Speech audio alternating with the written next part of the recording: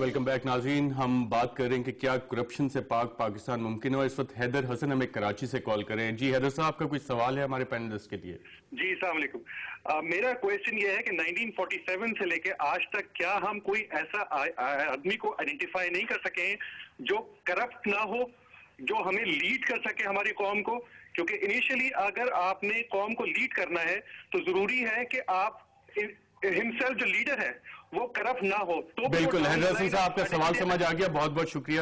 سوال جو پچھلے سیگمنٹ میں لے تھے, کوئی ایسا شخص آپ ابھی بھی آئیڈینٹیفائی کر سکتے ہیں اکراس دا پارٹی ڈیوائیڈ جو کہ پاکستان کو کرپشن فری بنا سکے؟ بیکاز جیسے سینیٹر ہارون خان نے بات کی کہ leadership is very important and zero tolerance at the top is required. اب لیڈرشپ ڈیولپ کیسے ہوتی ہے جی؟ وہ اس طرح ہی ہوتی ہے کہ آپ ایولیوشنری پروسیس ہے, آپ آتے ہیں, آپ ایک رن کرتے ہیں, آپ کو موقع ملتا ہے, گورنمنٹ میں آتے ہیں, پھر اپوزیشن میں جاتے ہیں, یو ڈیولپ یور سیلف, پھر پبلک کی پارٹیسپیشن, پبلک کی اکاؤنٹیبلٹی, پریس کی اکاؤنٹیبلٹی. تو میں سمجھتا ہوں قائد اعظم صاحب تو ایک ہے ہی ہیں نا 1947 کے بعد. بٹ دیکھیں میرا تعلق پی ایم ایل این سے ہے, میں ایم این اے وہ تھرڈ ٹائم ود دیٹ 97 سے.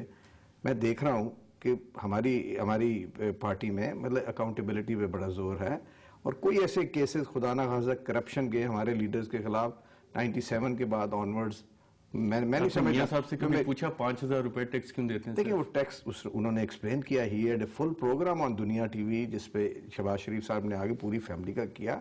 اس میں مطلب ٹیکسز کی جو ہے انہوں نے مطلب دے ڈاکومنٹڈ. آپ سمجھتے ہیں کہ مشرف صاحب 8 سال ہمارے پیچھے لگے ہوں اور وہ اس چیز کو نہ اٹھاتے, تو یہ بات نہیں ہے. مگر جیسے انہوں نے کہا کہ ایک کوالٹی آف ریپرزنٹیشن بہتر کرنے کے لیے ٹرانسپورٹ کا جو انہوں نے کہا ہے نا, اس کا بڑا سمپل ایک طریقہ ہے کہ 70 پولنگ سٹیشنز ہوتے ہیں ایم این اے کے حلقے میں, مگر بلڈنگ 70 بلڈنگز ہوتی ہیں, 70 بلڈنگز ہوتی ہیں اور 250 سٹیشنز ہوتے ہیں. تو ایک بلڈنگ میں کالز ہم آن ایئر بھی نہیں کر رہے, ایسا یہی آ رہا ہے کوئی ایک لیڈر کا ایسا نام بتا دیں جو پاکستان کو کرپشن سے پاک بتاؤ. دیکھیں میں تو ایولیوشنری پروسیس کی بات کی ہے, اور یہ بھی بات میں ایگری کرتا ہوں, میں بھی ایگری کرتا ہوں. دیکھیں ریلیٹیولی ان کی لیڈرشپ کی اس وقت اچھی ریپوٹیشن ہے, ان کے اوپر کوئی بڑے بڑے سکینڈلز اس دفعہ نہیں آئے, ہمیں وہ اپریشیٹ کرنا چاہیے. بٹ that doesn't mean کہ that is the end. اس پروسیس کو چلنے دیں, اس کے اندر صاف ستھرے لوگ لے کے آئیں, اس پروسیس کو زیادہ ایکسپینسو نہ بنائیں. صاحب نام بھی بتا سکتے ہیں آپ؟ فی الحال آپ کے نام آئے ہیں, جنیجو صاحب کے اوپر کوئی بڑے کرپشن سکینڈلز نہیں آئے.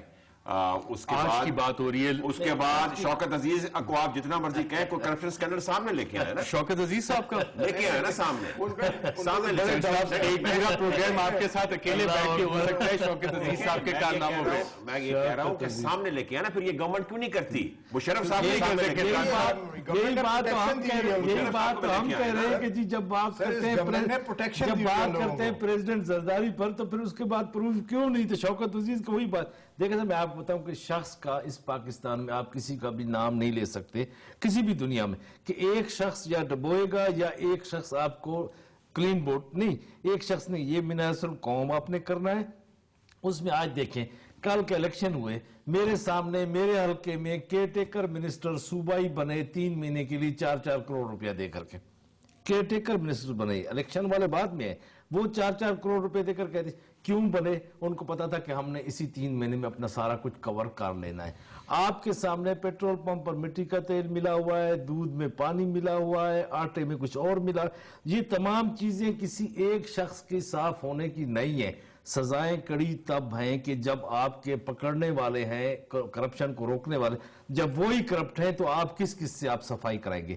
اس کے لیے پوری قوم اور یہ پارلیمنٹ ہی ہے. اس پارلیمنٹ نے یہ صاحب بل لانا ہے, بیٹھ کر کے ان کی لیڈرشپ ہو یا ہماری ہو یا خان صاحب کے دوست ہوں, اگر یہ اکٹھے ہو کر کے آپس میں عہد کرتے ہیں کہ آگے یہ ٹرانزیشنل فیز ہے, یہ عبوری دور ہے, اس عبوری دور میں آپ کسی چیز کو بھی ایک دم ٹھیک نہیں کر سکتے. یہ جس ڈائریکشن پر آپ کا ملک جا رہا ہے اس پر آپ جانے دیں, جو اچھے کام کریں ان اچھے کاموں کو اپریشیٹ کریں. صبح شام کا جمہوریت کا تسلسل رہنا چاہیے.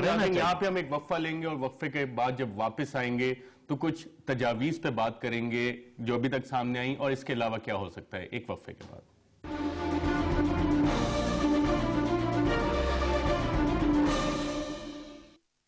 صاحب کے تو کافی